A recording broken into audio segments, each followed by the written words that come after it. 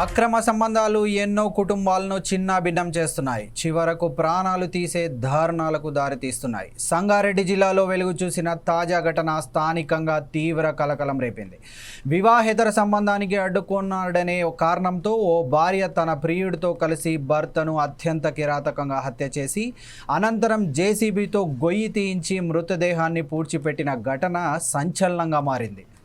నారాయణఖేడ్ మండలం గంగాపూర్ గ్రామానికి చెందిన ముత్యం రెడ్డికి మనూరు మండలానికి చెందిన కల్పనతో 12 ఏళ్ల క్రితం వివాహమైంది.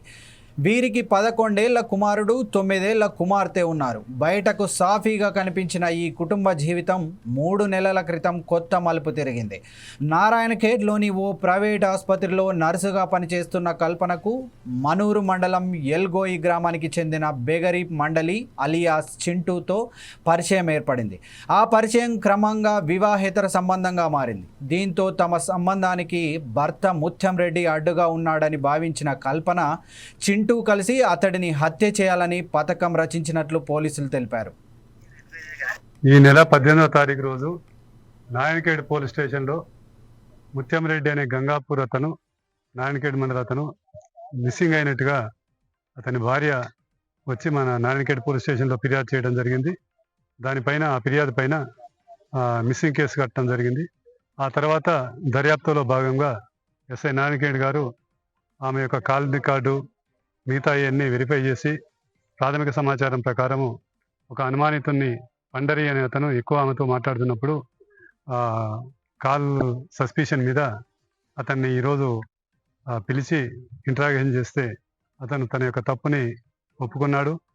ఆ యొక్క మిస్సింగ్ పర్సన్ అయినటువంటి ముత్యం రెడ్డిని ఇతను అదే రోజు 16th రోజు అతని అచ్చలో ఎల్గోయి గ్రామస్తుడు మనూరు మండలము.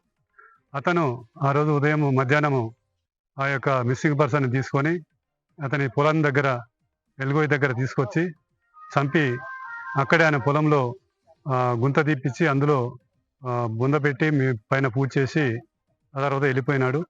ఈరోజు ఆ ఇన్వెస్టిగేషన్లో అతను తన తప్పును ఒప్పుకున్న తర్వాత అతని కన్ఫెషన్ ఆధారంగా ఇక్కడ పొలం దగ్గరికి రావడం జరిగింది. అతను చూపించాడు ఆ స్థలాన్ని. తర్వాత ఎంఆర్ఓ గారిని మన మనూరు తహసీల్దార్ గారిని వారి సమక్షంలో ఆ యొక్క సమాధిని ఓపెన్ చేయించి ఎగ్జిబిషన్ చేయించిన తర్వాత ఆ బాడీని కనుగొనడం జరిగింది. వారి రక్త బంధువులు బాడీని ఐడెంటిఫై చేశారు. చనిపోయిన అతను ముత్యం రెడ్డిది ఆ బాడీ అని చెప్పారు. ఆ తర్వాత ఇన్వెస్టిగేషన్లో భాగంగా పోస్ట్ మార్టం చేయించి వారికి హ్యాండ్ ఓవర్ చేయడం జరుగుతుంది. ఫర్దర్ ఇన్వెస్టిగేషన్లో అతనికి ఎవరైతే సహాయం చేశారో ఆ పండరికి అందరినీ కూడా అరెస్ట్ చేయడం జరుగుతుంది. పథకం ప్రకారమే ముత్యం రెడ్డిని హత్య చేసిన నిందితులు ఎవరికీ అనుమానం రాకుండా ఉండేందుకు గ్రామ శివారులోని తమ వ్యవసాయ పొలంలో జేసీబీతో పెద్ద గొయ్యి తీయించారు.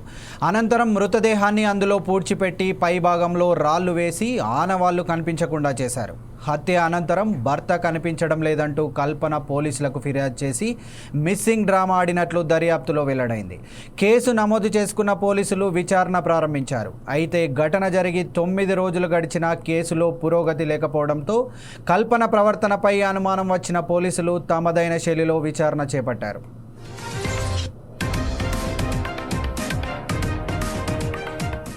పోలీసుల విచారణలో చివరికి అసలు విషయం బయటపడింది. తామే ముత్యం రెడ్డిని హత్య చేసి పూడ్చిపెట్టినట్లు కల్పన చింటూ ఒప్పుకున్నట్లు సమాచారం. అనంతరం పోలీసులు నిందితులు చెప్పిన ప్రదేశానికి వెళ్లి పూడ్చిపెట్టిన మృతదేహాన్ని వెలికితీశారు. తహసీల్దార్ సమక్షంలో అక్కడే పంచనామా నిర్వహించి పోస్టుమార్టం పూర్తి చేసిన అనంతరం మృతదేహాన్ని కుటుంబ సభ్యులకు అప్పగించారు. ప్రస్తుతం కేసు నమోదు చేసుకున్న పోలీసులు మరింత దర్యాప్తు కొనసాగిస్తున్నారు.